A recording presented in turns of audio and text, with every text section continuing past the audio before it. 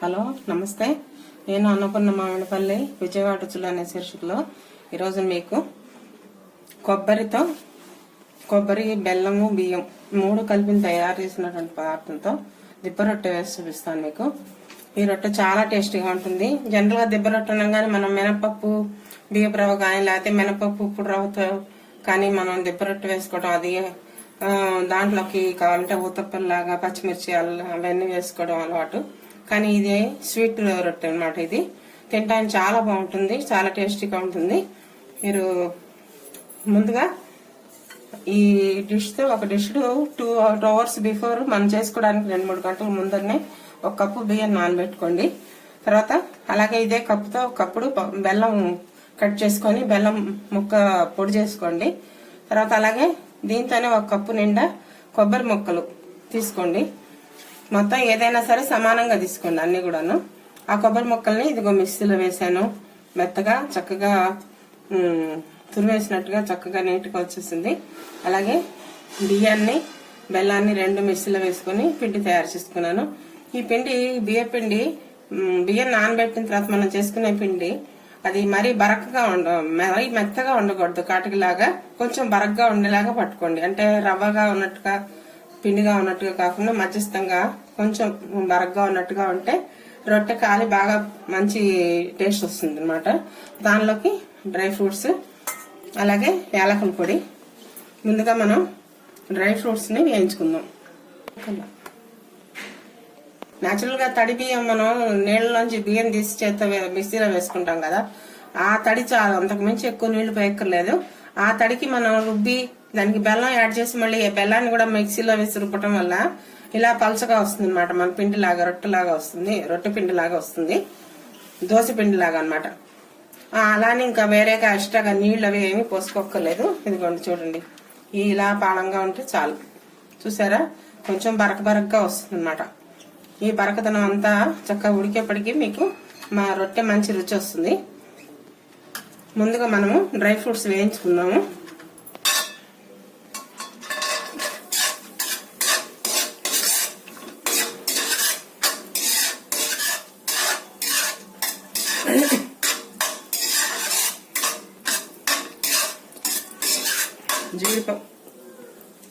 జీడిపప్పు బాదము 2 dry fruits. ఇవి నెయ్యి వేసేసి బాండీలో మనం కొంచెంగా నెయ్యి తీసుకొని ఆ నెయ్యిలో డ్రై ఫ్రూట్స్ వేసి వేయించుకుని ఇవి తీసుకెళ్లి ఆ పిండిలో కలపాలన్నమాట. కొబ్బరి, డ్రై ఫ్రూట్స్, యాలకాయల పొడి అన్ని ఆ పిండిలో మిక్స్ చేసేసి మనము ప్రిపేర్ చేసుకోవాలి. ఇది నూనెతో చేసేటువంటిది కాదు. నూనెతో చేస్తే ఇది స్వీట్ ఐటమ్ కదా, అందుకని రుచిగా ఉండదు, బాగుండదు. మనం మొత్తం కాల్చుకోవడం రొట్టె అంతా కూడాను నెయ్యి వేసే చేసుకోవాలి. అంటే మరీ ఎక్కువ నెయ్యి పట్టదు. మామూలుగా 2 పక్కల అటు ఇటు తిప్పి కాల్చుకుంటాం కదా మనం దిబ్బ రొట్టె, ఆ టైప్లో చేసుకోవడమే. పెద్దగా నెయ్యి పట్టదు, కానీ పట్టిన కాస్త కూడాను నూనె కాకుండా నెయ్యితోనే చేసుకోండి, మంచి రుచి వస్తుంది. ఇదిగోండి డ్రై ఫ్రూట్స్ వేయించుకుని అయిపోయింది. ఇందులో మనం యాలకల పొడి కలుపుకుందాం.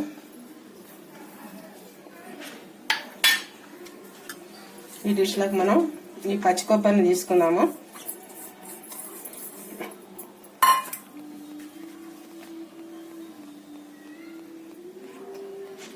ఇదిగోండి పచ్చి కొబ్బరి పిండి అంతా కూడా మిక్స్ చేసేసుకుందాం.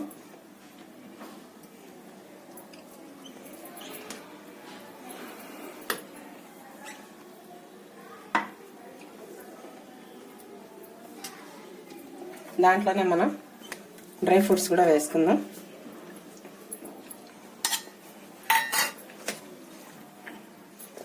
ఇలా కొబ్బరి కలిపేటప్పటికి మనకి చిక్కదనం వచ్చేస్తుంది అన్నమాట. దానివల్ల మనకి రొట్టె కావటం అంత ఎక్కువసేపు పట్టదు. ఏదైనా రొట్టెని మటుకు హై ఫ్లేమ్లో పెట్టుకోవద్దు. బాగా ఎంత వీలైతే అంత సిమ్లో, చాలా తక్కువ ఫ్లేమ్తో మీరు కాల్చుకోండి. బాగా కరకలాడితే చక్కగా వస్తుంది అనమాట, తినడానికి బాగుంటుంది.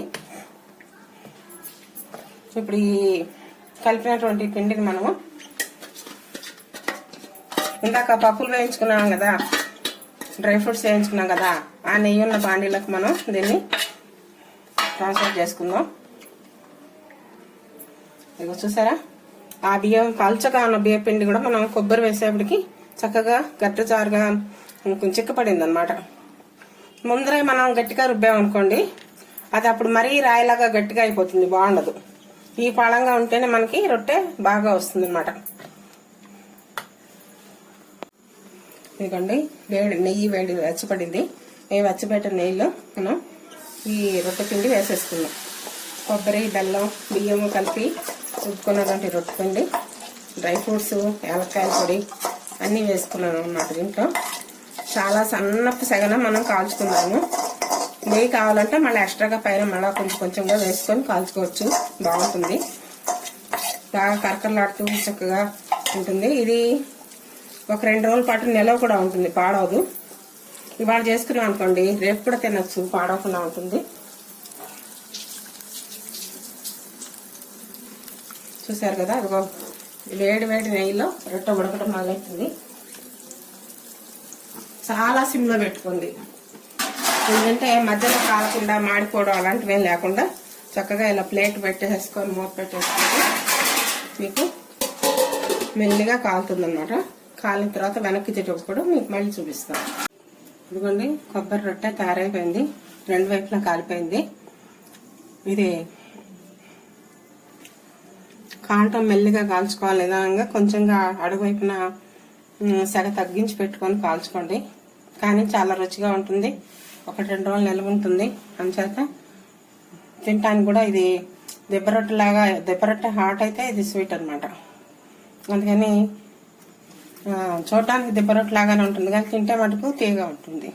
మీరు కూడా ఇది తయారు చేసుకొని, ఇది చాలా ఓల్డ్ రెసిపీ, పల్లెటూళ్ళలో చేసుకుంటూ ఉండేవాళ్ళు. ఇప్పుడు మనం డిఫరెంట్ రెసిపీస్ చేయటం అలవాటు చేస్తున్నాం కనుక ఆ ప్రకారంగా నేను కూడా ఇది తయారు చేశాను. మీరు కూడా తయారు చేసుకొని తిని ఆస్వాదిస్తారని అనుకుంటున్నాను. ఉంటాను మరి.